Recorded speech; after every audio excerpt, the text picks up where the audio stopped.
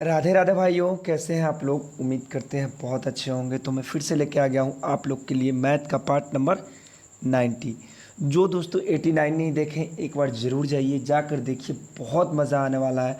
और वीडियो को पूरा देखिएगा तभी मज़ा आएगा। और जितने भी हमारे कमज़ोर छात्र हैं, जिनको लगता है कि मैथ बहुत ही इम्पॉसिबल चीज़ है, तो आइए एक बार जुड़िए। जितना भी मैं सवाल बताया हूँ सब पूछा गया, कोई रेलवे में, कोई एनटीपीसी में, सभी जगह पे पूछा गया सवाल है। और मात्र कितने सेकंड में बताऊंगा आपको मैं, 10 सेकंड में। एक बार जरूर देखिए, अगर नहीं 10 सेकंड में बताया तो आप लोग वीडियो छोड़ देना, ठीक है। तो दोस्तों स्वागत है मेरे यूट्यूब चैनल मैथ मंथन पे। मैं हूं आर्यन सिंह। चलते हैं दोस्तों आज का पहला सवाल पे, आइए। तो दोस्तों सवाल देखिए, ये जो सवाल है पूछा गया एनटीपीसी 2017 में सवाल है, जो कि काफ़ी मोस्ट इंपॉर्टेंट सवाल था। और इसको मैं फिर से आपको बताता हूँ कि इस प्रकार का सवाल जब भी आए तो 10 सेकंड में कैसे बनाया जाता है। कहता है 15 व्यक्ति एक काम को 60 दिन में पूरा कर सकते हैं। ध्यान से सुनिएगा सवाल। देखिए मैथ का सवाल आप जब भी बनाइए तो पूरा सवाल को पढ़िए, पहले पूरा टोटल सवाल को पढ़िए। ये नहीं कि डायरेक्ट 2 लाइन पढ़े और तीसरा में आंसर देने लगे, आपका गलत हो जाएगा। यदि व्यक्तियों की संख्या 5 और बढ़ा दी जाए तो काम कितने दिन पहले पूरा हो जाएगा। देखिए बहुत सारे बच्चे ये वाला नहीं पढ़ते हैं, ये वाला देखिए कौन सा वाला, कितने दिन पहले पूरा हो जाएगा, ये वाला नहीं पढ़ते हैं। यही स्टेप हमको ध्यान देना है। देखिएगा कैसे। कहते हैं 15 को व्यक्ति है दोस्तों, कितने दिन में काम कर रहा है, 60 दिन में कोई काम कर रहा है। बात को समझिएगा। अब कहता है यदि व्यक्तियों की संख्या 5 और बढ़ा दी जाए। पहले से कितना था दोस्तों, 15, अब कितना बढ़ गया 5, तो हो गया कितना 20 दिन में। मान लिया जाए कि कितने दिन में करते हैं, D2 दिनों में। काट लीजिए, 20 तिहाई 60, 15 तिया 45, D2 बराबर कितना दिन आ गया 45 दिन। चलिए आप लोग तो समझ गए होंगे कि 45 दिन आंसर हो गया। 45 दिन भी ऑप्शन नंबर बी, और मार दिया। मैं यही बात आपको समझाने की कोशिश कर रहा हूँ कि यहाँ पे क्वेश्चन पूछ रहा है कितने दिन पहले पूरा हो जाएगा। ये बात को समझिएगा। पहले 15 व्यक्ति जो था कितने दिन में कर रहा था, 60 दिनों में कर रहा था। बात को समझिएगा, कितने दिन में, 60 दिन में। लेकिन जैसे ही 5 को बढ़ा व्यक्ति, उसका काम कितने दिन में हो गया, 45 दिन में। तो पूछ के रहा कितने दिन पहले, यानी पहले 60 दिन में हो रहा था, अब 45 दिन में हो रहा है। तो कितने दिन पहले पूरा हुआ, 60 में से 45 को घटा लीजिए, आ जाएगा आपका 15 दिन। बताइए दोस्तों कोई दिक्कत। मैं समझाने के लिए बस टाइम लिया हूँ, बस आपको 15 सेकंड में बताना है, कोई दिक्कत नहीं होने वाला है, ठीक है। तो 15 दिन किस ऑप्शन में है दोस्तों, ऑप्शन नंबर सी में है। तो ऑप्शन नंबर सी आपका बिल्कुल राइट हो जाएगा। और कहीं से कोई तकलीफ है तो एक बार कमेंट बॉक्स में ज़रूर बताइए, ठीक है। आइए अगला सवाल पे देखते हैं दोस्तों। और वीडियो अच्छा लगता है दोस्तों तो लाइक सब्सक्राइब जरूर कर दीजिए। और हाँ दोस्तों, आप सेकंड वाले चैनल से नहीं जुड़े हैं, आर्यन कुमार के नाम से एक चैनल आप नहीं जुड़े तो उससे ज़रूर जुड़ जाइए। उस पर मैं एकदम जीरो लेवल से जोड़ घटाव से बना रहा हूँ, खास करके कमज़ोर छात्रों के लिए। चूँकि जो भी सरकारी नौकरी करना चाहते हैं तो दोस्तों मैथ रीजनिंग आपके लिए बहुत ही इंपॉर्टेंट हो जाता है। तो आप ज़रूर जाइए उस चैप्टर पे, उस चैनल पे, उसको सब्सक्राइब कर दीजिए। आपको डिस्क्रिप्शन बॉक्स में आपका लिंक मिल जाएगा इसका, उसको जाकर आप ज़रूर सब्सक्राइब कर दीजिए। और जितने भी बेसिक पार्ट है देख लीजिए। और परसेंटेज का पार्ट नंबर 4 तक मैं डाल दिया हूँ, आप लोग ज़रूर देखिए। और रेगुलर वीडियो जाएगा दोस्तों। चलिए सवाल पे आते हैं। कहता है किसी न्यूनतम संख्या को 2000 में जोड़ देने पर संख्या 19 से पूर्णतः विभाजित हो जाती है। ध्यान से देखिए। सबसे पहले इस प्रकार के सवाल आए तो आपको कुछ करना नहीं, पहले ध्यान से देखना है।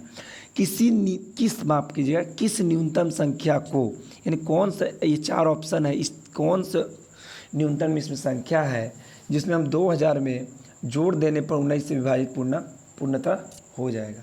तो दोस्तों कुछ नहीं करना है। सबसे पहले जो 19 है इसको 2000 से पूर्णतः विभाजित तो होगा नहीं, तो सबसे पहले इसको भाग कर लेंगे। 19 दहा 190, आ गया 10, ऊपर से 19 बचे 95, कितना आ गया शेष 5। यही जो शेष 5 आता है वो आखिर हम कितना जोड़ दें 19 में कि हमारा 5 से 19 हो जाए। ध्यान से समझिएगा, यहाँ पर समझ पढ़िएगा ज़रा सा। कि इस न्यूनतम संख्या को 2000 में जोड़ देने पर संख्या 19 हो जाएगा। तो 5 से 19 करने के लिए हमको कितना जोड़ना पड़ेगा, तो 19 में से 5 घटा दीजिए, 5 में कितना 14, कितना 14। अगर हम 14 इसमें जोड़ देंगे तो आपको 19 से पूर्ण रूप से क्या हो जाएगा, विभाजित हो जाएगा। अब देखिएगा 2014 में 19 से भाग दे के देखिएगा, आपको पूरा कट जाएगा। 14 किस ऑप्शन में है दोस्तों, ऑप्शन नंबर बी में। अगर पूछ दे घटाने पर, अगर किस संख्या को घटा देने पर, तो इसमें क्या होता है, इसको यहीं पे आप क्या कर देंगे, शेष को इससे घटा दीजिएगा और पूर्णतः क्या हो जाएगा, 19 से विभाजित हो जाएगा। 1995, यही आपका आंसर हो जाएगा। कोई दिक्कत दोस्तों, कोई तकलीफ। बिल्कुल नहीं होना चाहिए दोस्तों। मैं इसलिए धीरे धीरे बता रहा हूँ क्योंकि रात के लगभग कितने बज रहे हैं, 1 मिनट रुक जाइए ज़रा देख लेते हैं। लगभग 1:22 हो चुके हैं और इतने रात को अगल बगल वाले सुनेंगे तो सोचेंगे कि यार ये पागल हो गया। टाइम नहीं मिल रहा था दोस्तों, मैं दूसरी चीज़ की थोड़े से देख रहा था। अगला सवाल पे चलते हैं दोस्तों। वीडियो अच्छा लगता है तो वीडियो को लाइक, सब्सक्राइब और शेयर जरूर कर दीजिएगा, ठीक है।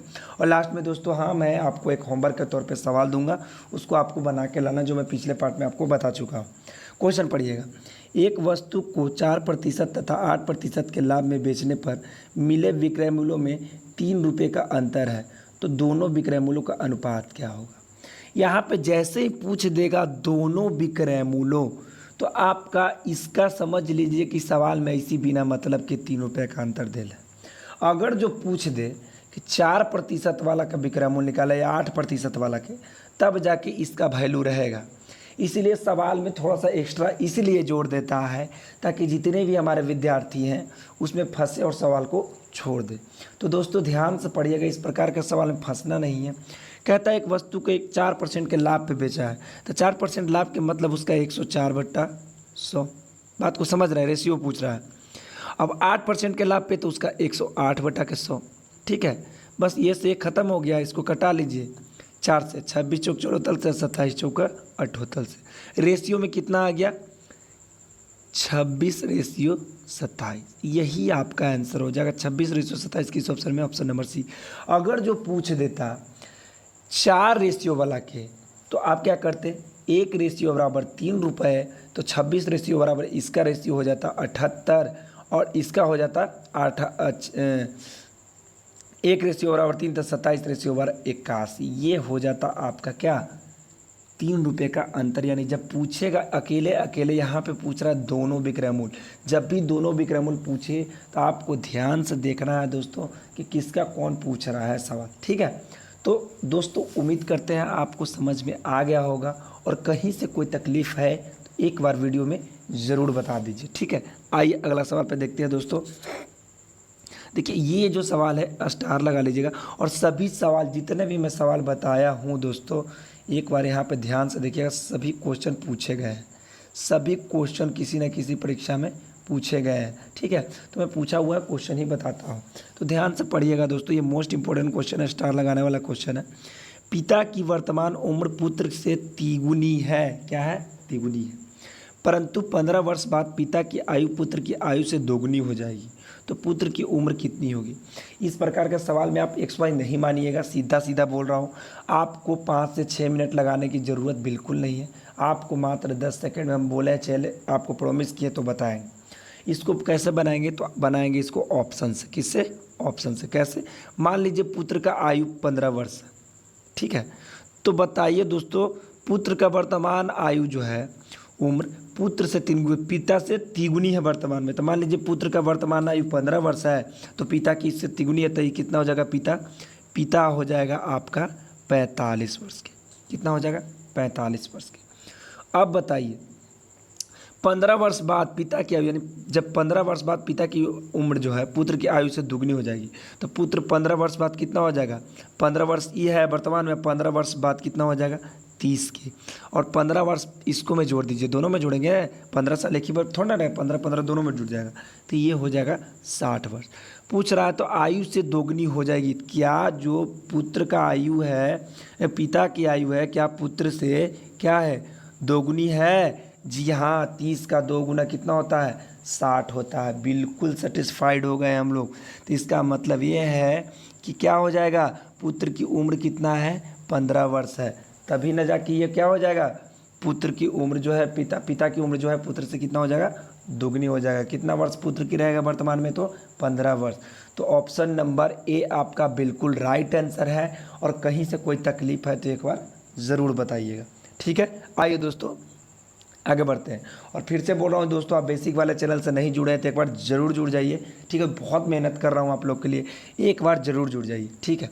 तो ये क्वेश्चन है, आज का होमवर्क है दोस्तों, और आंसर इसका पार्ट नंबर 89 में मिल जाएगा। आप लोग से एक रिक्वेस्ट है कि आप सब्सक्राइब, लाइक और शेयर नहीं कर रहे हैं। आप जितने भी, चाहे आप फेसबुक पे हैं, चाहे आप इंस्टाग्राम पे हैं, चाहे टेलीग्राम पे हैं, चाहे व्हाट्सएप पे हैं, सभी जगह पे आपको क्या करना है, शेयर करना है। क्या करना है? शेयर करना है, ताकि जितने भी कमज़ोर छात्र हैं इसका फ़ायदा उठा सकें और कम समय में। ठीक है, तो दोस्तों आज के लिए इतना ही, फिर मिलते हैं अगले वीडियो में। जय हिंद, राधे राधे।